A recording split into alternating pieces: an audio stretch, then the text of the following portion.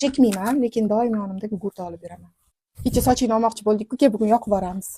Boshim kesib tashlab qolinglar. Yo'q, o'g'lim, bu gugurt chaqasan va qo'lingda mana shunday yonib bo'lgunicha ushlaysan.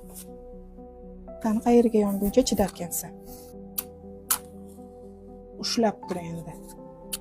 Qanchaga dosh bera olar ekansan?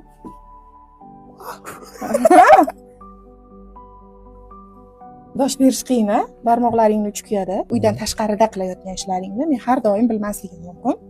Lekin kim biladi? Buyuk Robbing doim ko'rib turadi. Har bir qadamingdan, har bir harakatingdan xabardor va nomay amalingga bu narsa yozilib boriladi. O'sha mashhur sportchi Muhammad Alining gapi bor. Chekmayman, lekin doim yonimda gugurt olib yuraman. Uni yoqib ko'raman va qancha ushla olar ekanman deb kutib turaman. Uni otashiga dosh bera olmayman va o'zimga aytamanki, "Ey Ali, shu olovga dosh bera olmayapsan-ku, jahannam otashiga qanday chidaysan?" deb. Bu dunyoda kuysang, doktorlar davolab o'zingga keltirishi mumkin. To'g'ri, juda ko'p kuyish bo'lsa o'lim bilan tugashi mumkin, ammo olovni o'chirish mumkin-da bu dunyoda. Lekin u dunyoda olov o'chmaydi u. Shuning uchun uydan tashqarida ham har bitta qilayotgan ishingni oldin iymon tarozisida, aql tarozisida tortib, keyin qil. Chunki sen meni g'ururimsan.